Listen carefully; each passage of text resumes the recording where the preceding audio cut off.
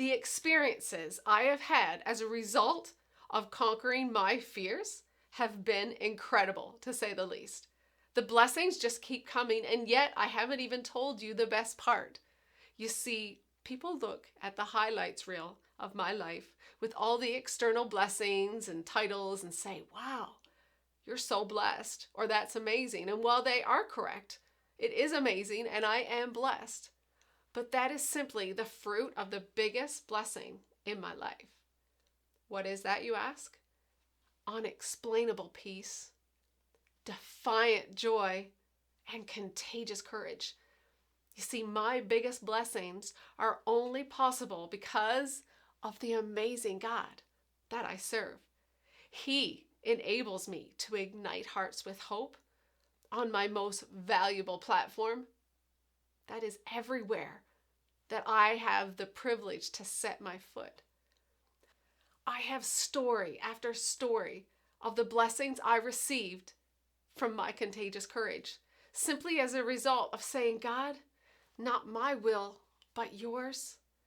Blessings that are a result of my faith to keep going when I didn't understand. Blessings that are a result of my unreserved obedience.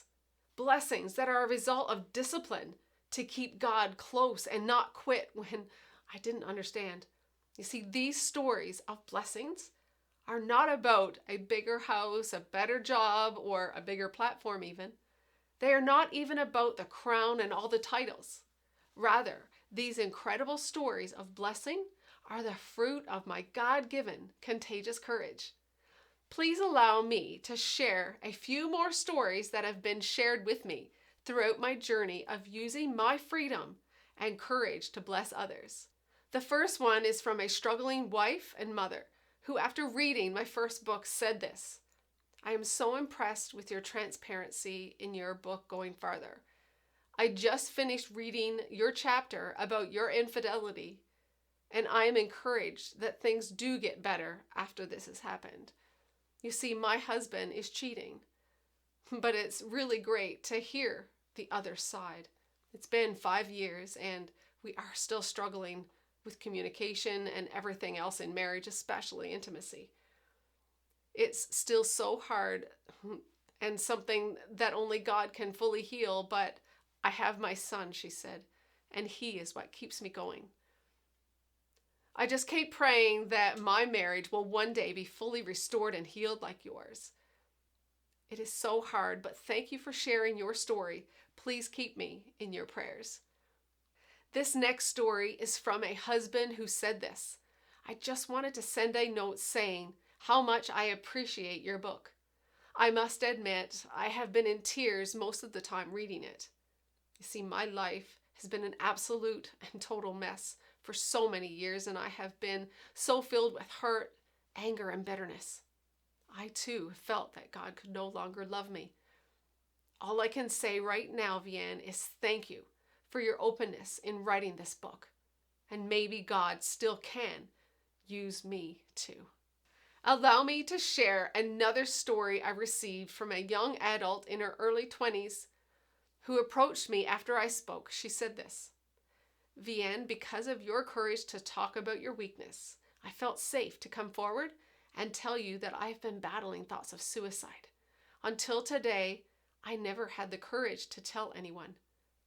That same day, she had the courage to connect with a counselor for the first time and seek out help that she needed.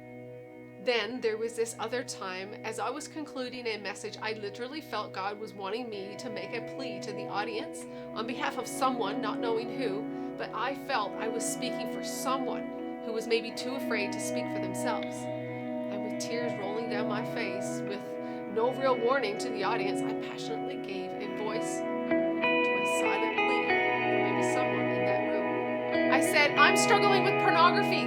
Will you help me? And I pointed to the crowd as if to ask for help. I have an addiction. I'm afraid to tell anyone because I'm a Christian. Will you help me? Please help me. With tears rolling down my cheeks, I spoke out each plea of desperation and to individuals in the crowd as if I was begging them for help. I could feel the intensity of God's presence in that room. I knew He wanted me to meet people right there where they were. And I ask, what if there are people here now in this room struggling, but they are afraid to ask you for help? When I gave the invitation to receive Christ that night, 7 people responded. 6 of them were young teenagers. Another lady approached me and thanked me for being so real. She continued by saying, you see, I'm trying to be a Christian, but I'm addicted to drugs. You see, I used to sell my body for money. Now I'm afraid that I'll be alone for the rest of my life. I'm afraid that no one will love trash like me. I prayed, dear God, help me be a safe place. I wonder who around you, who around me needs a safe place. And are you a safe place? Can we love people? Can we truly love people where they are without judgment?